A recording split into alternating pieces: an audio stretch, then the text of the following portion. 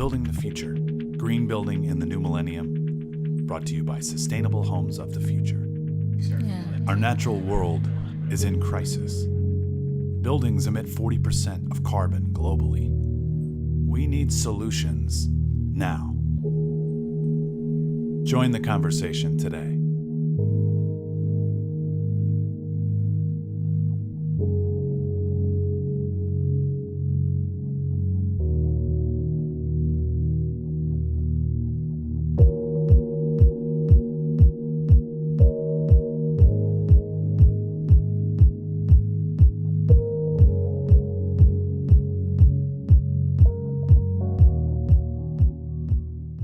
Well, hello, everybody, and welcome to the Building the Future, Green Building in the New Millennium podcast. My name is Ian Sollenberger, and we've got a special episode for you today. We are going to be going through a sample sustainable project. This is a single-family home design that we did as part of the Sustainable Homes of the Future brand.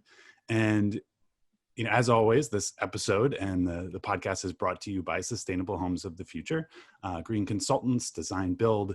Let us know, if you have a sustainable project that you want to be successful at, and we would love to help you in that pursuit. Today, I have Ginger Matthews as well as Drew Pedrick with me, and we're going to be talking about this project, the design for this project, and sort of how it came about, and some of the sustainability features in the project itself. So it's going to be a great conversation. Drew Pedrick is the architect of this design, and Ginger, developer and co-designer. So welcome to both of you. There we are. Thank you. We're all here Thank now. you. Thank you. Yeah, thanks for joining us today. I'm really excited to talk about this. It happened, I think it was 5 or 6 years ago now when you guys began this whole rigmarole. So Yes. Ginger, tell us a little bit about how Wow. this single family home project came about. Tell us a little bit about the site, maybe some of the details, location, and why you ultimately chose that site for developing this project. Thanks, Ian. Yeah, sure. Absolutely. I'm a lifelong environmentalist from way back in the day, and I wanted to do the right thing environmentally speaking for this development. And so I researched recent trends, design, building. I was really shocked to find out that there was a whole movement out there ready to go for sustainability and green building. And I was just really super excited to learn some of the details and some of the upcoming trends in that area. So I did an analysis of, I live in a luxury neighborhood here in Santa Monica. So I researched what buyers were typically wanting in a new construction here, which any developer would do. They would do a lot of research about the area, about buyers, and that sort of thing. So it happened. My favorite style, modern, was kind of up and coming in the neighborhood.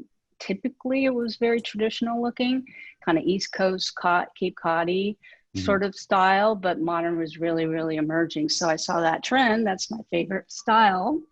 So I just decided I wanted to purchase a tear down property and begin design work and see where it went. So the goal of the development was 6,000 square feet of living space over that, 7,500 square foot lot, 5 bedrooms, 6 bathrooms estate. Believe it or not, this is actually typical for the neighborhood. Yeah, that's pretty big. It's huge, it's luxurious. It was difficult in the long run to develop that, but I wanted to develop it all sustainable, net zero carbon, net zero water, net zero energy. But I needed an architect to help me do this and develop the plan. So step in, Drew. Drew, do you want to talk a little bit about the site and the location and why it was perfect for this build and the project goals that you guys had? Sure. I love it. And this is a project that's really near and dear to my heart. The site itself, when I came on board with Ginger, the site had been selected, and that's usually the case. But in this situation, I would say, how great. We don't always say that about a site, but this site was fantastic. So kudos to Ginger for nailing that for us to get the site, find a good one. And there are a lot of things about the site, and I'm sure maybe we'll talk more in detail as we go here today. but the site's location, being on the side of the street where prevailing breezes, where the angle of the sun rise and fall, all of the factors, even that are environmental factors as we look at how a home gets situated and placed on a site and really works with the environment. But even the street itself, the fact that there's an alley for access, so service, the garage, all of that is in the rear. The front is very pedestrian friendly and walkable. And the little, the stores are a half a block away. So wow. Very good things that really helped us, I think, in the very start to say, wow, we can do something very, very nice, very memorable here. Great neighborhood, absolutely fantastic neighborhood to develop in. Yeah. So Ginger, I know we're going to talk a little bit about, how you guys met, but, Ginger's been sort of coming up with some ideas in her head, and then you come on, you understand there's some sustainability and green building mandates on the project, not only, from Ginger as co-designer, but also the state of California, which I know we'll talk more about as well. So, what did you bring from your architectural background that you were able to really bring into this project and influence in a big way? Well, I'd like to think it's a lot of years of experience doing sustainable design from across a wide swath of project types or typologies, as I would like to call it. So, bringing an understanding of what issues do we look at, how we look at the program that goes into a project like this, which is, we might say is, well, that's the number of bedrooms and, number of stories, things like that. The practical kind of side of doing a design. But the key, I think, that I was happy to be selected and bring on board was that we look at our work from a conscious perspective, which is that we look at buildings and homes from the point of view of how well they serve their people and how well they serve the environment. And so that gets into very technical aspects and very humanistic aspects. So what I was, the initial discussions with Ginger about the project were so much, let's say symbiotic, similar goals in mind that, it just felt very natural. This is going to be a fun project and break some ground. That's awesome. I think we did. What, Ginger, how did you and Drew meet? I understand it's a kind of a strange coincidence or a fun story. Well, it was a rather strange coincidence, but if you believe in fate, then it wasn't necessarily. I had interviewed several architects and actually hired one potentially, and just wasn't quite jiving. We weren't on the same page as far as sustainability goes, as far as, the mandate that we were talking about it to make this as green a build as we can possibly do. So I knew, net zero was coming down the pike in California as far as regulations, according to my research. And so we are an incredibly forward-thinking state here in California. So I wanted to do as much as possible, kind of get in front of it, do better than the mandates, better than the laws. So it just happened one day. I lived very close to a Starbucks. I met Drew there. He was meeting with a client and he had all his drawings out on the table. I'm like, well, why not? I'll just strike up a conversation. And I asked a few questions and the rest is history. So we turned out to be an absolutely perfect team. So you were literally hunting for architects and you found one in the local Starbucks. Like, I like that. Boy. Found it in Starbucks. Yeah. That's Starbucks right there by the property. Yeah. It's been my method ever since. It's been so, works so well. Work at Starbucks. Those people, like, hi, I'm an Yeah. But I also think that what was fun was, in talking with Ginger, was that I felt like we, McTeague, my architecture practice, could bring process, could bring, could help to introduce team members, to help to introduce the methodology and the how-to and the steps to take into this. So, it's a conceptual creation, but it's a really specific endeavor too, right? Create all these details and drawings and calculations, right? And Title 24, all that stuff we'll get into. But I know. It's worked. highly technical work you do. Incredible, and design beautiful as well. And Ginger, did you do, any kind of study beforehand? You said you were looking at real estate trends and kind of, market trends and things. You wanted to go with a modern feel, but as far as the program that Drew was talking about, basement, amenities, pool, things like that, where did you come up with your ideas for that? That was really an evolution, Ian. There was no set design agenda when Drew and I started working together. We pondered these questions like, should we have a basement? Should we include solar panels? At the time, it was not necessarily as accepted as it is today. Mm-hmm. And it was more expensive, a little bit more costly. So it was, always having to manage budgets and things like that. But over the course of a year and a half of development and actual doing the drawings and the engineering and everything that came with it, which I had no idea what was coming up. Drew did, of course. I was like, oh, this is mind expanding how much there is involved. But just the design of it was just evolved. There's a question on the table. Should we do a basement? Should we not do a basement? Well, there's a lot of considerations on that. Cost, what's in the neighborhood, what is being developed for the general neighborhood, which is basically maximizing the square footage by putting a basement in. That was the final decision there. Yeah, because basements haven't historically been a huge thing in California. That's a recent trend. Mm-hmm. Uh-huh. Yeah. Well, there was also huge discussions in the beginning about whether we should renovate the current house. Mm-hmm. I don't know if you remember way back then, Drew, but that was the first question on the table. And we did a lot of studies on what it would take to renovate the little broken down, horrible looking, thing that should have been demoed right away. Or, that would have been a challenge unto itself. So we probably spent months just talking that consideration over.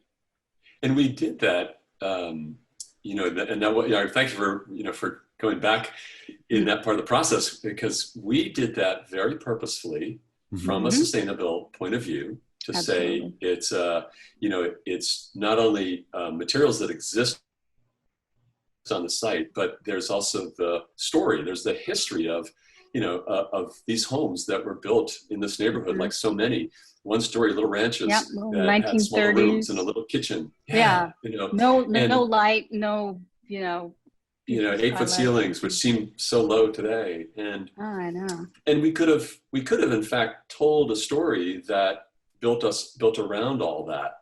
And what we were finding through the process was that, in fact, that was a very inefficient way to create the overall program, not too surprisingly.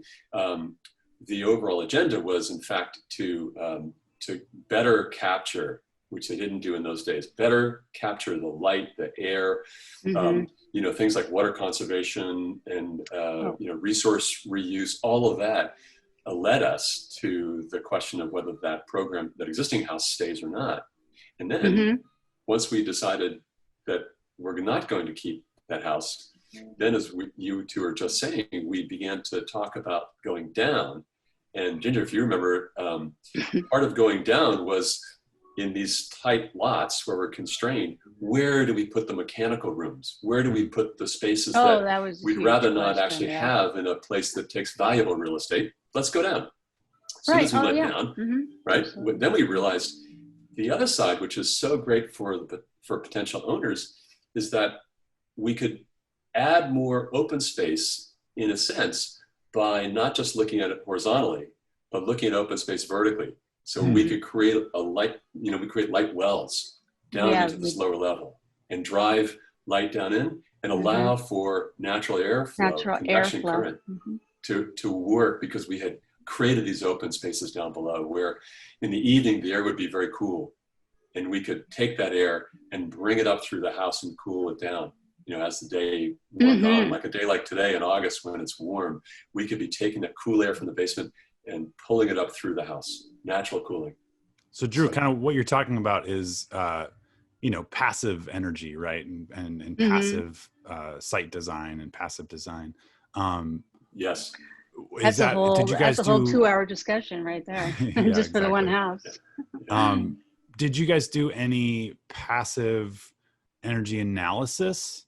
And if so, I'm assuming you did, and if so, how did that influence the design, or what were the things you were looking for pre-design there? We we did analysis. We did analysis from a few different perspectives. So on the back end of our analysis, we did the technical piece, which was what we would call Title 24 calculations. Mm-hmm. Right. So we started with a design informed analysis, meaning we looked at it diagrammatically.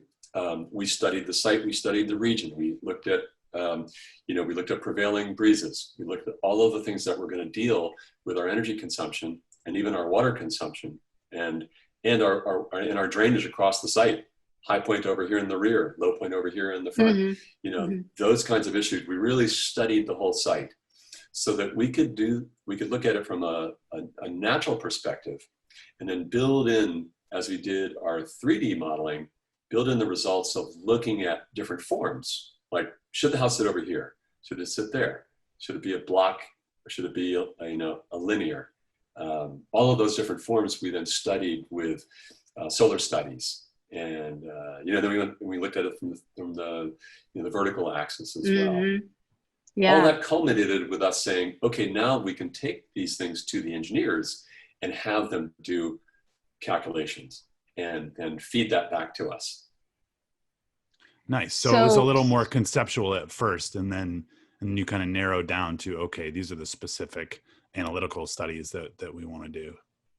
Yeah, for instance, we actually looked at whether we slice across the house, make two houses. We actually studied that for a while to say. I don't remember that part. Yeah, well, 2 houses? Maybe that was in your head. I don't know. Yeah, just possible. We looked at it because, and you see, for looking at the video of us today, the house is behind me, right? It's a long house. And so because it's long, as you're walking down essentially a second floor arcade, a hallway, should we cut across that so that we can open windows across and get breezes across there or not? We got the cross breeze other ways, but we really did study how do we put this together sort of from a clay model point of view, and how solid is it, and how permeable and how open is it? Mm-hmm. We really studied the natural environment and tried to work very, very closely to bring that, feeling into the house of just being of place. The house has a place in nature and in its city, and it fits well, and it's a great example of how to use solar studies, wind studies, and we did a feng shui. We had a person come out and do an analysis on the site and give us some suggestions as well. So, it's such a beautiful area. So take advantage of that in the building as well. That's great. And so before you got to any, city codes or anything like that, you'd already done all of these initial studies talking about landscape, I assume, maybe even how you were going to use water. You mentioned, looking at the site and how it would drain, but did you think about water capture or water reuse or, plants and those sorts of things as well? Did you bring in folks to work on that with you? Absolutely. We hired a landscape architect who was very, very into what we were doing and very supportive of that. And Santa Monica City mandates kind of a drought tolerant, local sourced plants and that sort of thing. So we had some direction in that sense, but like I say, we wanted to push it further and do as much as possible as far as water conservation goes. So I don't know, Drew, you can talk about the greywater system a little bit that we instituted. Mm-hmm. Sure. Yeah. Well, we look at water the way we look at other resources, which which is how are we using water that's potable, that we're getting out of a pipe into the house, into our homes? How are we looking at water that's coming down from the sky and raining on our property? And when we're done with our water, specifically the potable water, where does it go? And so today we're much further down the road in terms of technologies and systems and approvals by cities for what we call greywater, which is some of the water that's being used inside the home has only certain products in it, certain soaps and things that can be filtered out, right? Mm-hmm. So we can capture that part of the water flow in the house, right, and filter it and clean it to a level that it can be used, not yet for potable water, although technically today we could, but from an agency point of view, not approved. Certainly at that time we were doing this, not approved, and we could hold that for a while and then use it for our lawn, our plant watering. Not lawns today so much. So we could use it that way. Lawns are out on the way out. Yeah, which is really important, in a climate like ours here, which is very, drought specific. We get a month or two of rainfall in the winter, if that, and then there are other areas of the country that have 50, 60 inches of rain a year. And I think in California, in LA specifically, we get somewhere in the maybe we hit double digits, 10. Maybe, 10, 12. Maybe. And it's all in that same, January, February, March period. So for the rest of the year, being able to use the little rain water and the gray water that you are able to capture and clean and reuse is super important for conserving the potable water. So that's awesome. Yes, absolutely. There's rainwater catchment systems too installed. Rather in a conventional way, I think we went round and round about how to maybe push the envelope on the rainwater capture part. We ended up with a standard kind of a system there, but it was built in. So what we do with the systems, especially as we were designing this house, is we can capture the gray water inside the home's use. And at the time, we could only keep that water for 24 hours. So we could clean it and we could keep cleaning it, but we had to dispose of it and use whatever we could, right? Yeah. But whatever's left in the tank, we had to pump that out. So every day you get a fresh allotment of gray water, but then you have to get rid of it. That's kind of the old school, right? That's the old school right there. You have to dump it out in 24 hours. Right. So we did try to push the envelope on the gray water system. Yeah. So that aspect of it, it's coming along. The thing that we did not do was we did not capture rainwater in a way that could be stored and filtered and used, for whatever purpose on the site. And that was a decision that we went through, kind of ROI and, financial analysis as well as others to say, is there enough rain, as we were just saying, is there enough rain is there going to be enough rain? and keep, So we did not do that because we felt that it was not the time for it. So I would have made a different decision though at this time. We'll talk about that later, Ginger. Hold off on that. We'll talk about what we would do different at the end here. Let's plug along. I might forget that. Go ahead.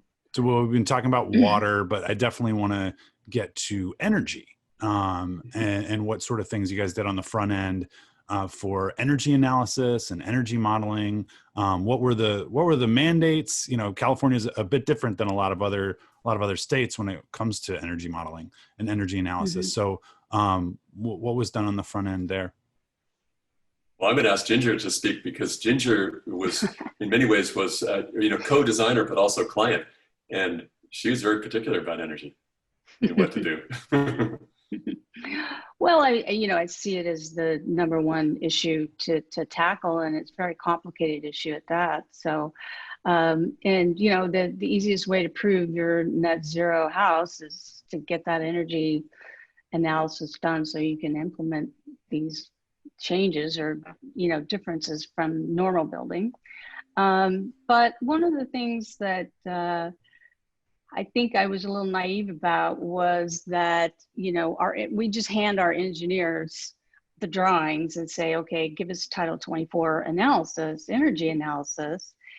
And I was stumbling around a little bit, trying to figure out, how to seal the envelope and, conserve heating and cooling. What should we do? We still have some questions outstanding, as far as energy goes.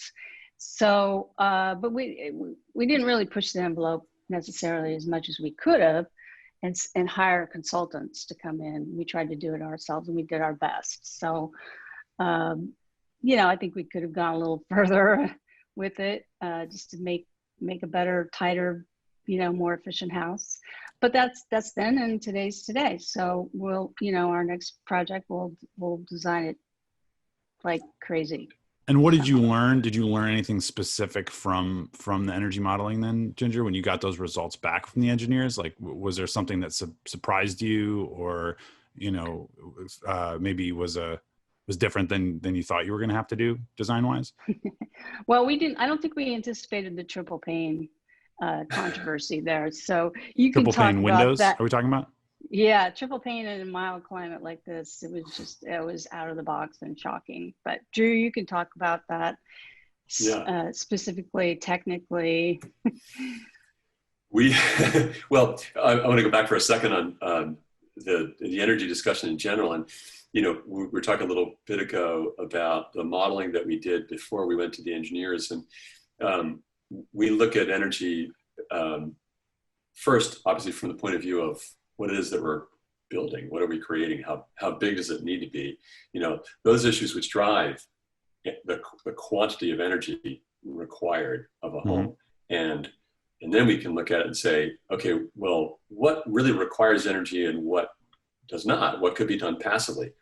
What could be supplied from a renewable source, and that. So we're looking from that point of view. That's like, okay, well, we need some energy here. Where are we going to get it? That's the one.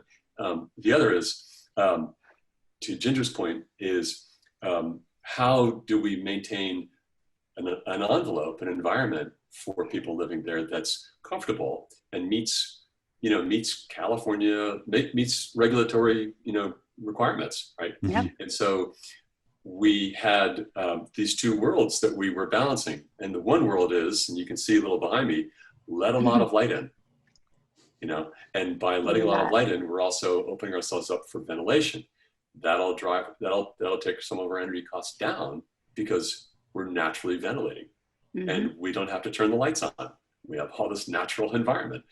The downside of that is we also have to maintain the environment, the envelope, from solar radiation, from heat gain.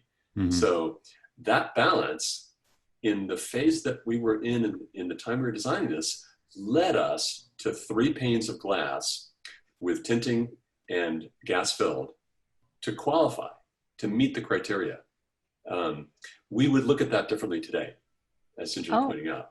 Okay. We would think about this somewhat differently. We might think about how much glass. We would look at technology today, and we would look at the analysis tools that are available to us. Because I think Ginger and I are on the same page about thinking, that's crazy. You didn't really need 3 panes of glass everywhere. Right. But that's what it was at the time. And am I far off in thinking that, when I'm hearing you talk about this, it sounds like, a process where on the front end, you're doing the site analysis, and you're trying to find out, what energy, what availability of resources to some degree you have, right up front. And, before you're even coming up with a site plan or a design, and then you have the design, and then you're sending off and you're using the tools and the energy modeling, and then coming back and then sort of going back to the passive design. So it's almost like you're looking at passive design twice, once to sort of say, what are we building? And then a second time to say, okay, how can we power this, or how can we get energy for this? Is that a good sort of estimation of that process? It's a little bit like, I don't know if you've ever thrown clay, if you've ever somewhere in your schooling, right? Made a bowl out of clay, right? I think once, yeah.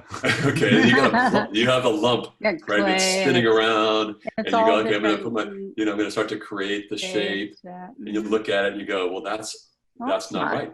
Great. All right. Yeah. And what do? You collapse it back together, and you get the air out of it because you studied it, you thought about how you're doing it, and then you start to shape it again.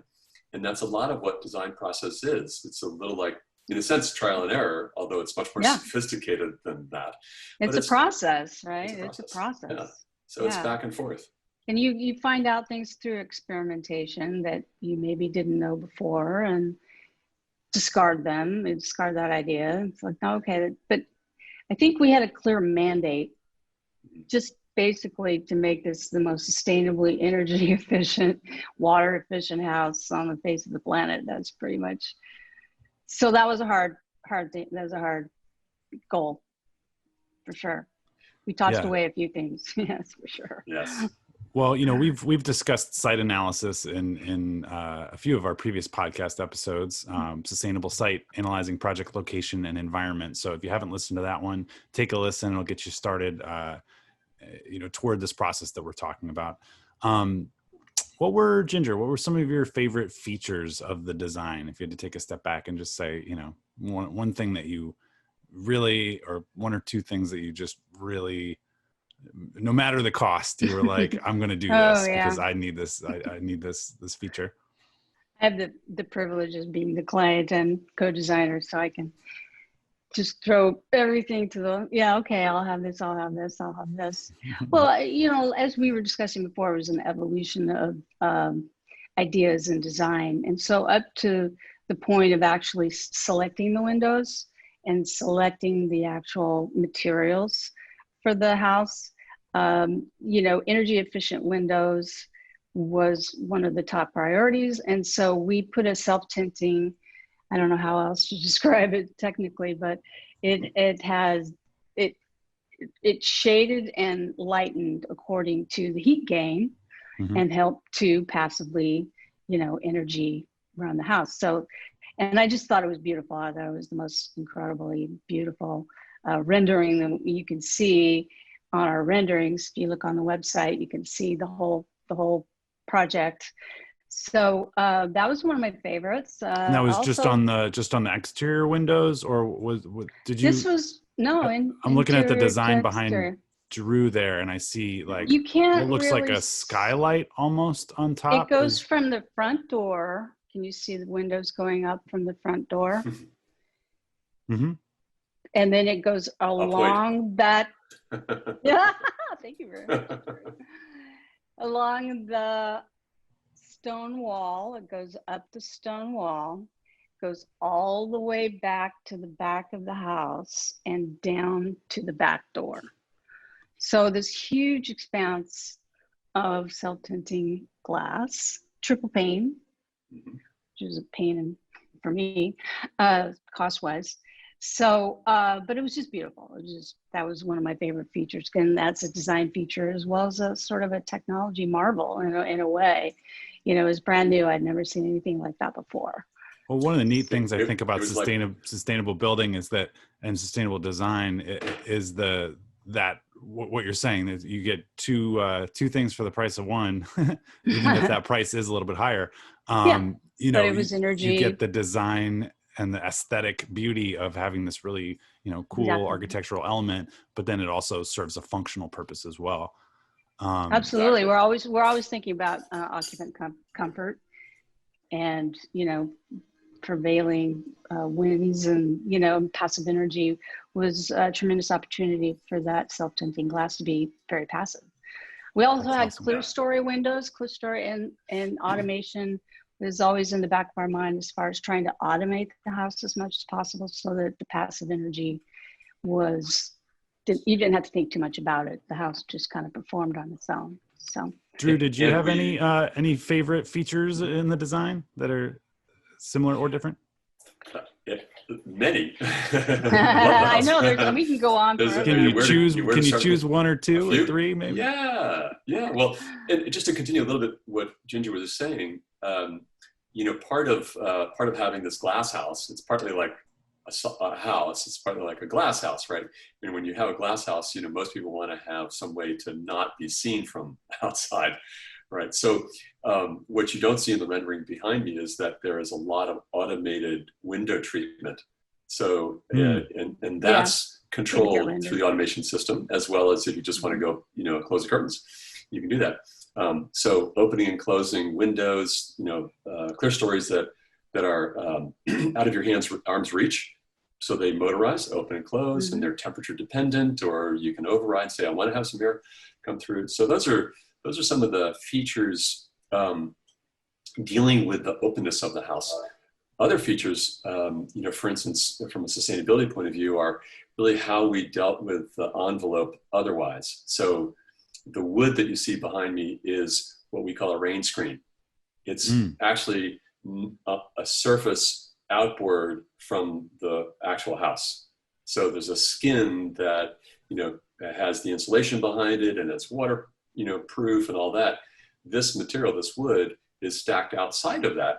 And what that allows us to do is for air to flow behind the wood and cool the house. Just as the airflow around the neighborhood in the evening is, breezing through, right, prevailing breezes, that air is now allowed to get behind the wood and cool the house that much more.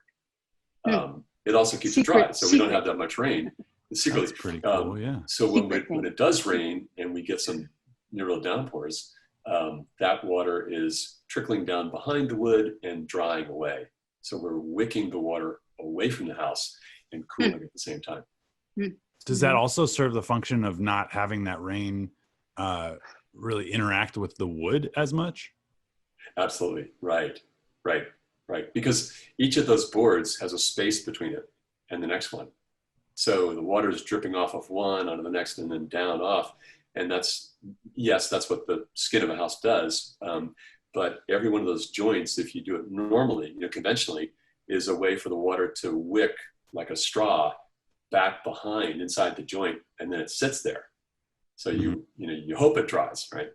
Yeah. Here we just pull it apart and let the air flow behind it. So and it would last longer. This environment works for this environment, that's for sure. It's a dry environment here in general. Yeah, it would not work very well in a northern climate with freezing and thawing. And you have ice damming in there, and it would just pull the wood apart. Well, it's like if you go to a northern climate, you need to wear a coat, and in California, most of the time you can get away with a sweater. Right, you want to have like a little breeze, Yeah. So speaking of that wood, I understand some of the wood and some of the stone that you chose for the cladding and the exterior were pretty specialized and specifically environmentally friendly materials. Can you talk a little bit about some of those materials and how you made decisions about the materiality or regional sourcing, those kinds of things? Sure. So go ahead. So several layers. One is, where does wood come from? And is it FSC certified, which is forest certification? That sourcing, of course, we wanted as many materials as possible to be within 500 miles of the project. Not always possible. Right. So where that wasn't possible to do, we wanted to make sure that it was sourced sustainably and that there was a renewable component to it in terms of the processes that were used to create it. Now, it's one thing to do that with wood, which we could say, okay, Western red cedar, we can do FSC certification. We can make sure that they're growing more and replenishing. Fairly straightforward there, which we nailed that, of course, but stone is a little harder, right? You can't say, there's no FSC certification for stone, but we can say, what is a stone that takes the least amount of resources to obtain and deliver to the site?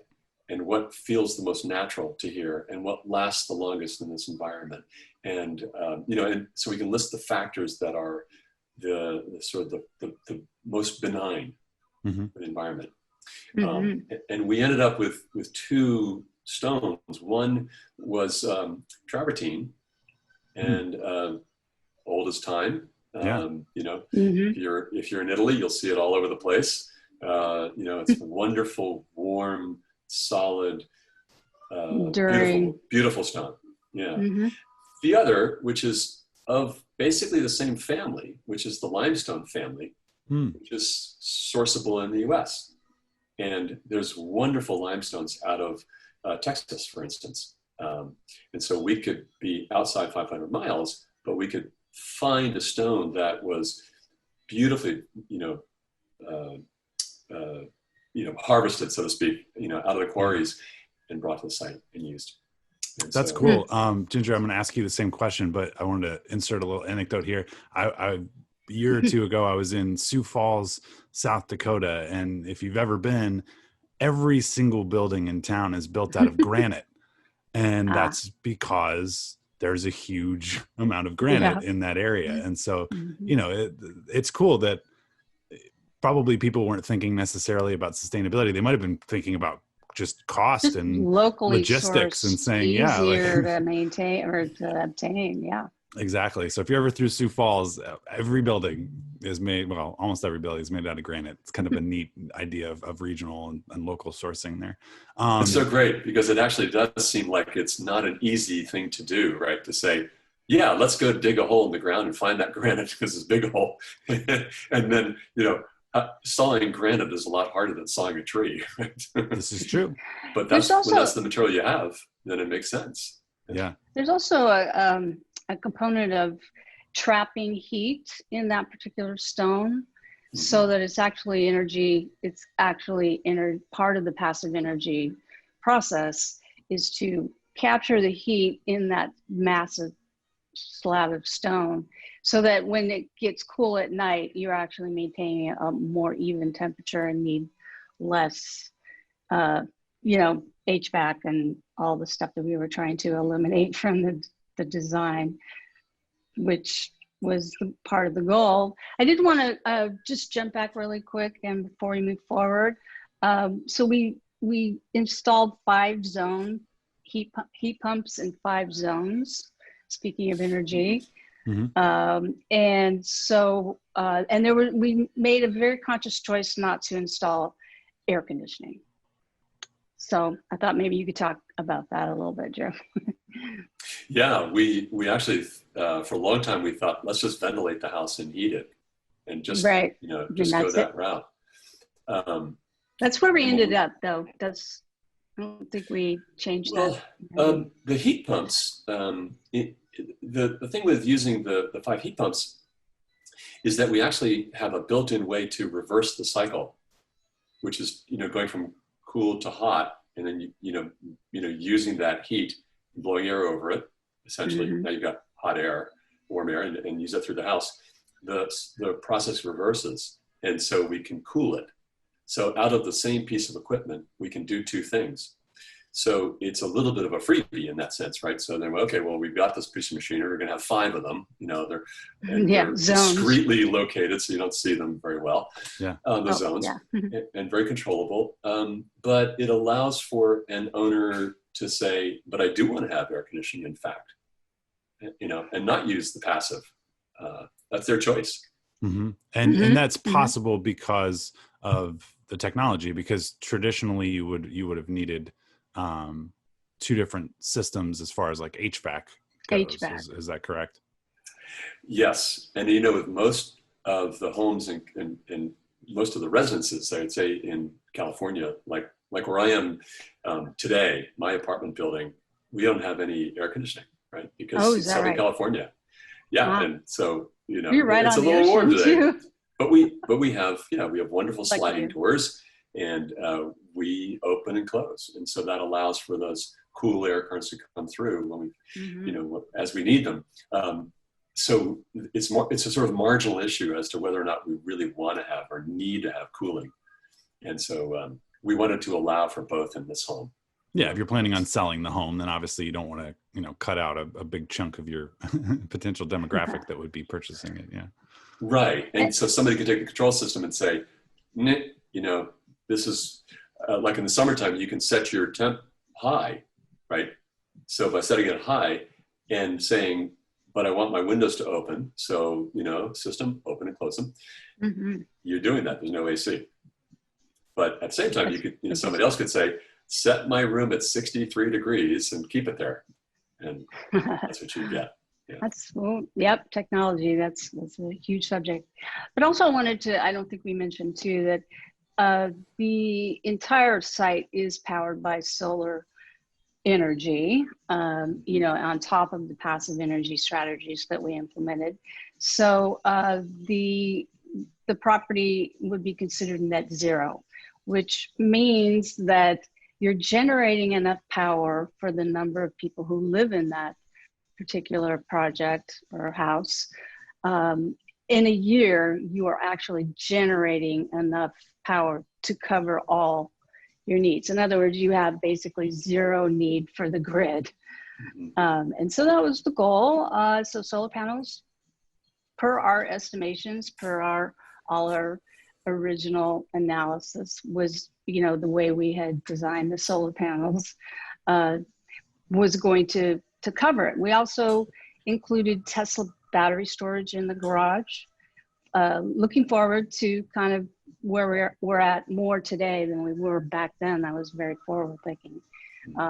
And that really does speak to what you were saying, Ginger, just now about not needing the grid at all. Because if you didn't have that battery, then you still, even if over the course of the year the net was zero, there would still potentially be times throughout that year that you would be using more energy and still needing the grid. But with that battery, you sort of circumvent the necessity of the grid, really. Mm-hmm, mm-hmm. Exactly. Absolutely, yeah. So that was, I think, very forward thinking for the times anyway, to think about getting off the grid, energy grid completely, being net zero energy, net zero water. So, the technology wasn't really quite there. We'll get into that conversation to make it work seamlessly. But we also instituted, there was a pool. This is a luxury development. So we had a heat pump to heat the pool, and heat pump water heaters as well. So a solar heat pump, right? You were operating off of solar for that? Solar hot water, yeah. So what you see, the flat roof you see just above my head, the white, right behind there is a set of solar hot water panels, right? So that's actually water flowing through pipes through the solar collector. And so the water's heating up and it's then going over to the rear of the site and down and over and heating the pool. A little bit distant, but works fine actually. And it allows you to use that. That was a city requirement, but it was also something that we were going to do anyway. Well, speaking of heat flowing through pipes, you guys had radiant flooring, or you designed radiant flooring into the design, right? As well. Mm-hmm. And does that incorporate or integrate into that the solar heat pump for the pool at all, or is it a separate system entirely? Separate system. The pool actually by code needs to be separate. Interesting. Okay. So we had to that's a whole system of its own. And the pool, by the way, is a spa. It's not a big giant lap pool, right? It's sized for the site, but even that size, we want to make sure that it had to have temperature control to it. But the radiant heat was selective inside the house. It wasn't everywhere, but we did it selectively. Right. Bathrooms. Yeah. And we used an electric system. Mm-hmm. So we were powering the electric radiant system from the solar panels. Nice. So that's, free power from the sun coming down and warming your floor, even in the bathroom and the spa bathroom in the basement. We could still have radiant down there, right? From the sun is what's actually heating it. It just happens to go through a wire to get there. And I imagine too that because of the climate zone that we're in here in California, that having the radiant, just by having the radiant flooring in a couple specific areas, that probably cuts down on the amount of times you have to use the actual heat pumps, because it doesn't get super cold here. It's never below freezing. So, if all you're looking for is comfort and, to have your feet be toasty and warm, then, you might not even have to turn on the heat pumps at all. Very true. Yeah. Absolutely true. Yeah. Mm-hmm. Yeah. Ginger, what were some of the, the other things? We talked a little bit about VOCs and locally sourced stone and wood, but what are some of the benefits? I mean, we're talking sustainability here, so it's not just about the materials. It's also about the supply chain and some of the back end stuff when it comes to sourcing. So what were some of the things you learned about sourcing and about lowering carbon footprint during construction related to some of those materials? Well, yeah, it really was a consideration I'd never thought about before in my life. Like, where does your product come from? How much carbon dioxide are you pumping into the air to get it where it's supposed to be going? And there's also the performance over time of the building too. I wanted to mention that as well.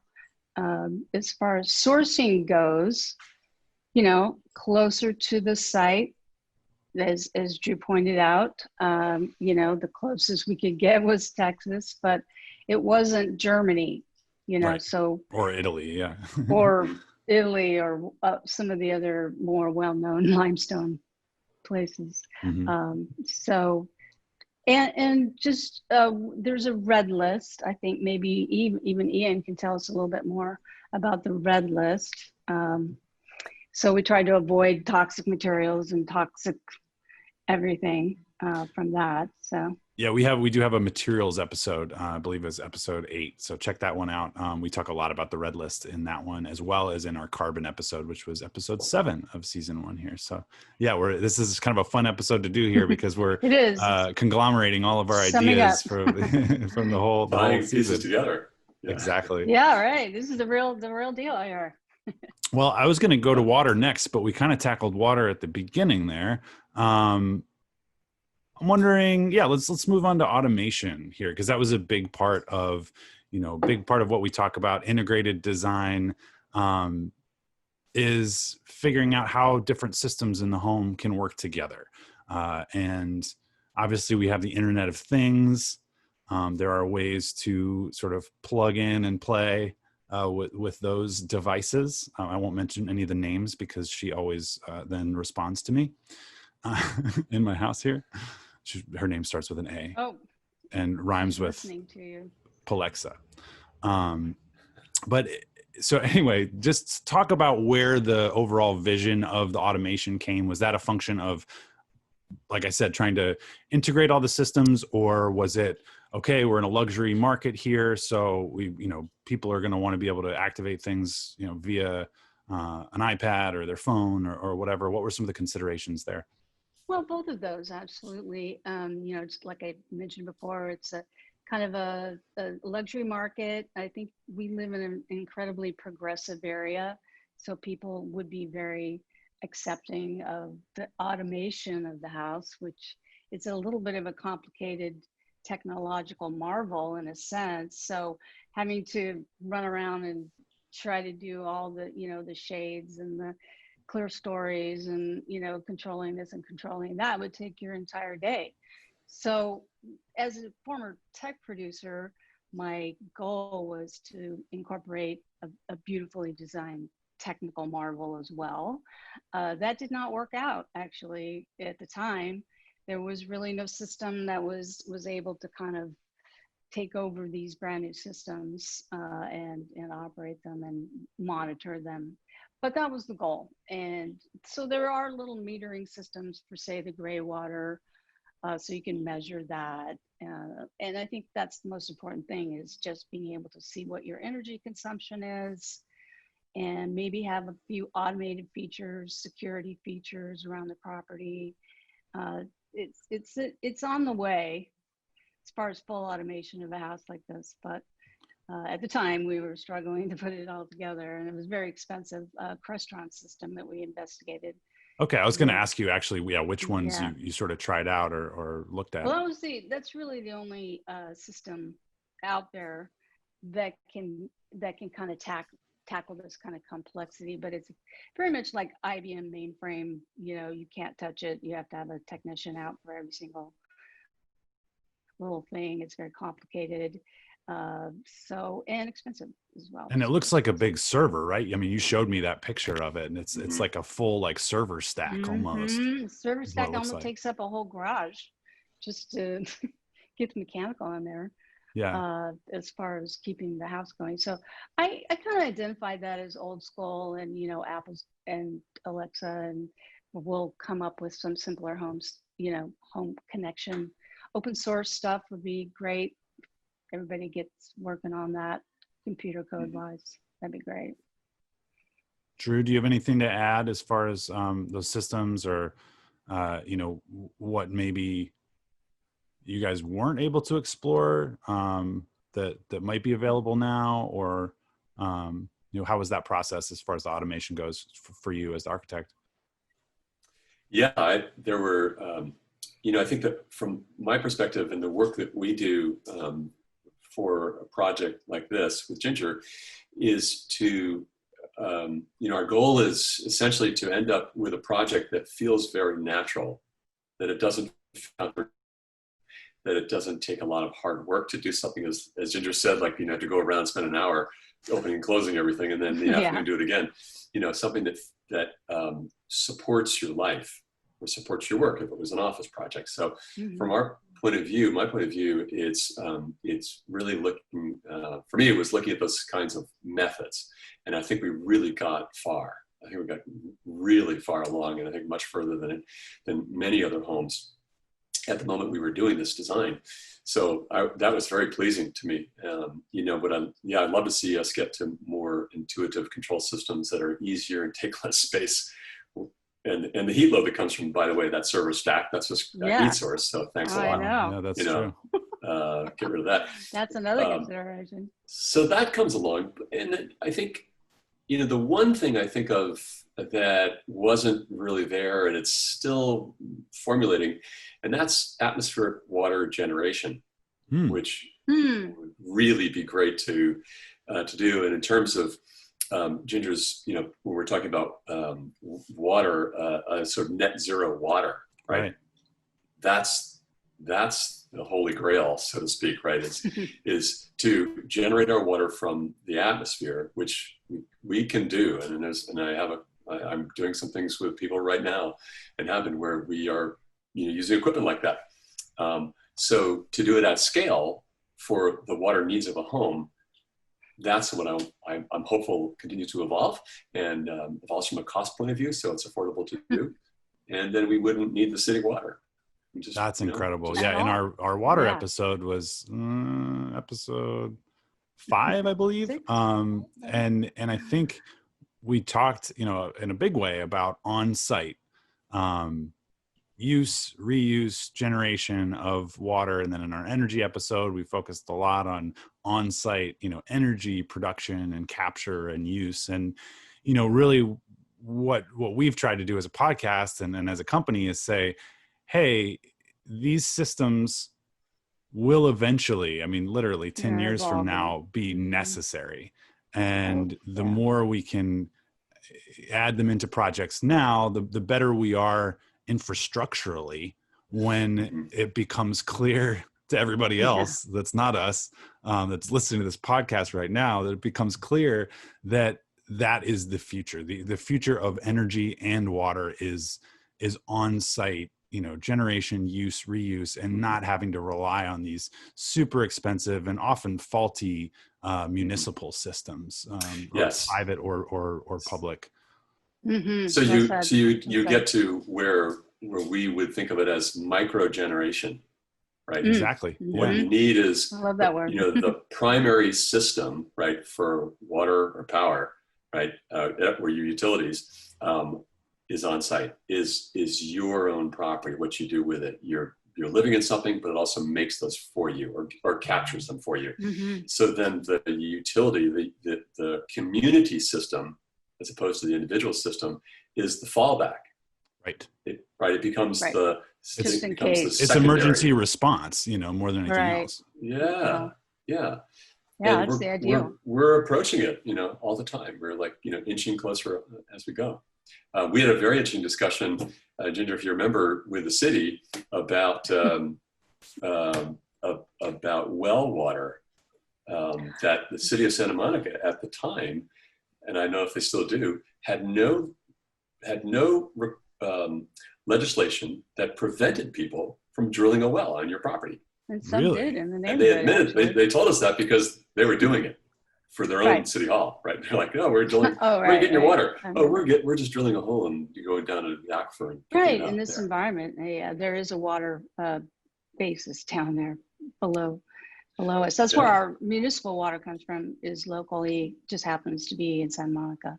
And that's not a Yeah. problem for, I mean, we're in a big time Weirdly. fault zone, earthquake zone here in Santa Monica. That's not a problem when it comes to drilling Well, for they water versus fault lines. It just That's probably isn't another done, episode. really. Yeah, it probably is. much.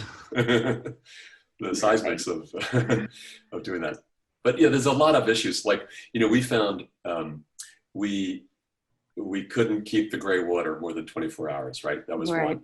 We couldn't That was the really do hardship. composting toilets, because you could do it, but you'd have to have a non-composting toilet anyway.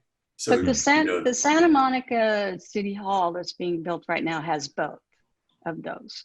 yes. So that's today. Here we are a couple of years ago. Right. It wasn't even heard of, really, or it wasn't allowed because it was, we couldn't keep the water longer than 24 hours in case there was bacteria buildup, and then you have your kids and your dogs in the neighborhood and they're getting sick or whatever. But on the other hand, we hired the city's water consultant. He came out, designed a system where we could store longer than 24 hours. I can't remember if there was an actual number on that, how long we could keep it. But that never worked out. The city didn't quite get it. And, so we were just in a forward thinking mode and nobody else signed on. So. Well, in a backward thinking mode here, what Drew talked a little bit about automation, but what would you do differently if you were going to either do this design over again or a new design, different site, maybe even a multi-use building? I mean, what did you guys learn about sustainability through this project that you could bring to future projects? Ginger, I'll ask you first.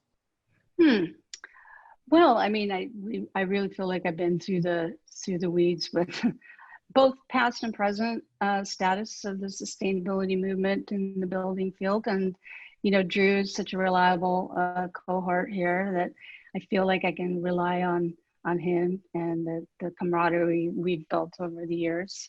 And so, I would just reach out to our community and if there's ever any questions or any developments that I need to know about, there's also a community out there. So, our podcast series, hopefully we're creating a group, a building enthusiast group. There's also YouTube channels and Facebook, and be sure and catch us on Instagram as well. So, that's what I do. Reach out.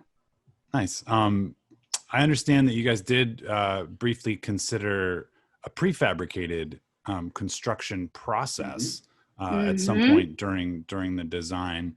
What came of that? What were your conclusions from studying that process?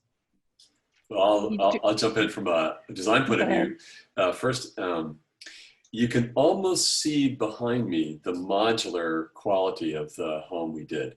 It was almost a natural to look at it in the later stages of design and say, what would it take to take this stick built, essentially custom built home and turn it into something that's offsite factory built. Not too much, actually, not too much. Yeah. These elements actually could, each be essentially a box on a truck delivered to site and stacked and put together. So the process of doing that would have been to take all the drawings we did and convert over into it and coordinate with the factory. There's some redundancy when you do that, and this may not be the podcast to go into those details maybe, but you've got a box that's got to have four corners that can be driven someplace. So when you put them together, you end up with a little bit of extra structure. but okay, small price maybe to pay. So you lose an inch here, an inch there, that kind of thing. Yeah, you might lose a wall thickness here and there because Got it. you're going to have like a double wall when these two boxes fit together. Mm-hmm. But those are sort of the means and methods of it, right? The concept of it would be something that's, I think, still very worth consideration. If we were to take this design and go forward with a modular version, I think it's eminently doable and an interesting design study to convert it over to. And part of what makes that possible was your initial desire to have a modern home, Ginger, a modern design, because that is, if I'm correct here, that is an easier translation over to prefab than other types of desigin. Yes, in some ways. Yeah. In some ways, straight lines and more angular. Maybe it'd be hard to envision a Spanish build or something, or traditional even in the prefab model. But there's this whole cost savings aspect to the prefabricated building as well. You want to speak to that? Yeah, I mean, from what I've learned about prefab and from my discussions with folks in the industry,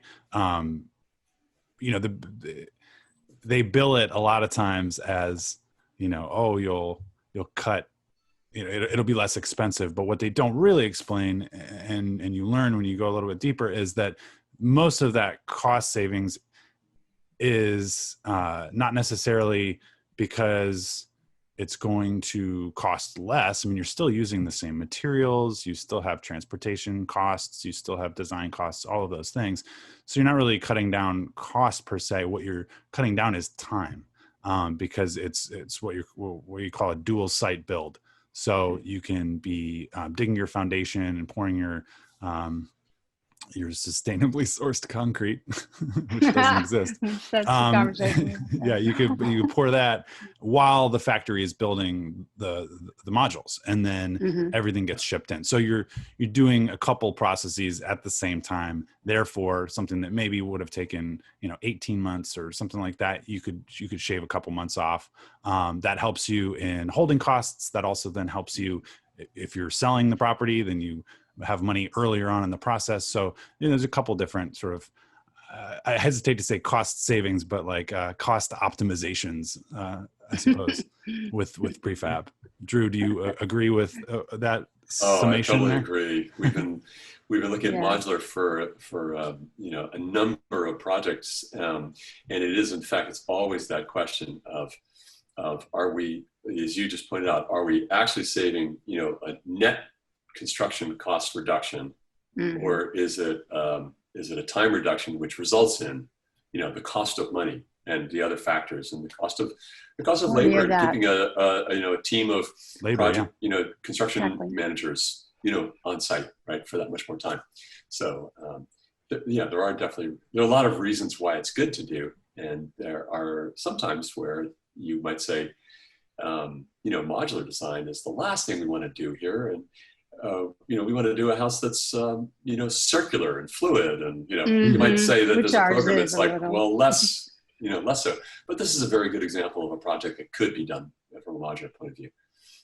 And especially in a neighborhood like this. Yeah. Yeah. What you can't really see in the image behind you are the curves that you just alluded to. There's actually a curved wall in the back. The kitchen area is a curved kitchen. So structurally, it might be a little difficult in spots to do the prefabricated model.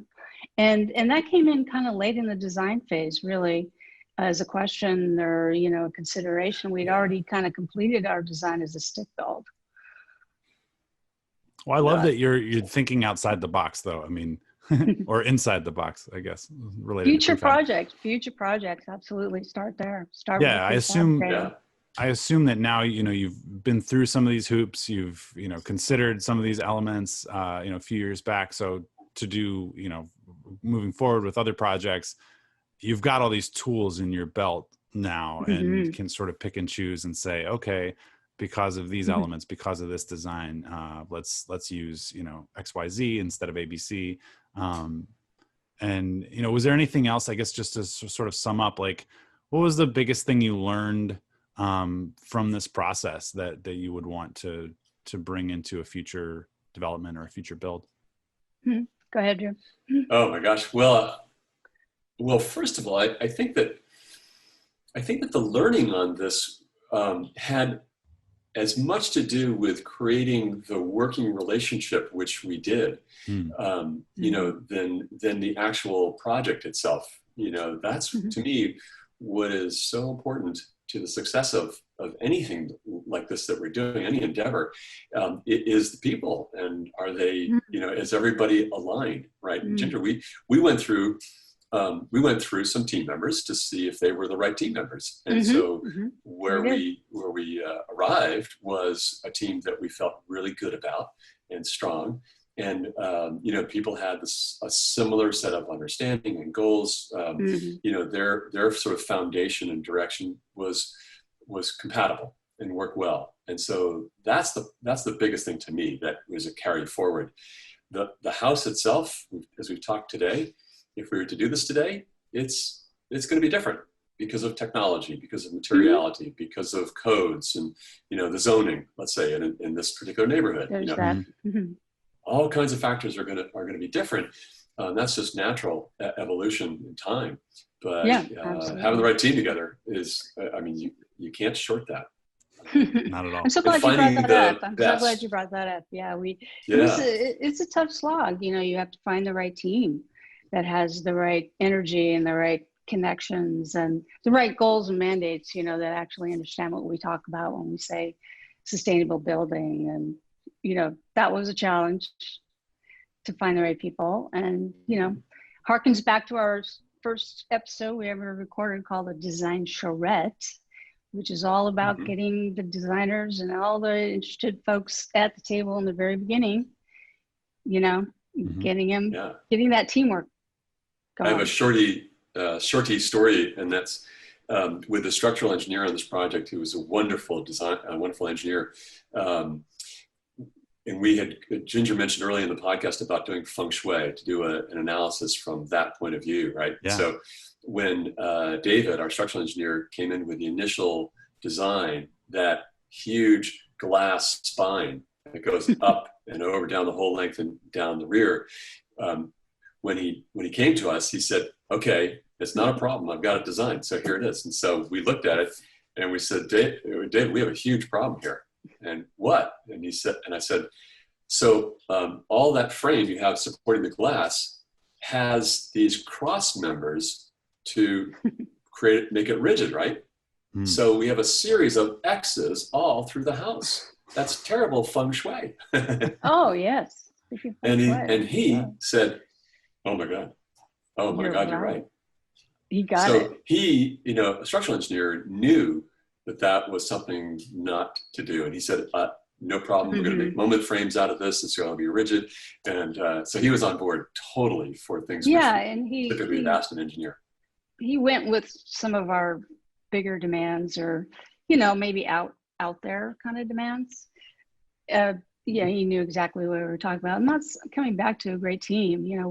We just had the most spectacular engineers and structural people and advisors. I mean, it was just amazing how everybody, was on the same page. Took a little while to filter through everything, but it's worth it. I was going to say too, I mean, getting the team together is step one. I assume communicating the, project goals and sort of the overall vision is definitely step two. Talking things out, talking issues out.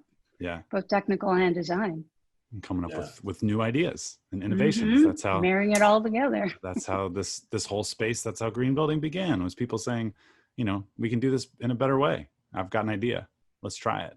Yeah. Yep. Yep. That's right. Have a vision. Exactly. And people who share roll with it. Take your time and roll with it and do the best you can. And sometimes, the vision is a kernel of an idea, and you really don't know where it's going. For me, right? So there's a lot of trust in this. And to Ginger, I always like to say, thank you for trusting, because you did a lot of trusting there. I did a lot. We took a concept and made it real. Yeah. What a journey. I'm such pleasure to be on that journey with you. So, well, it was a pleasure to have you both here today.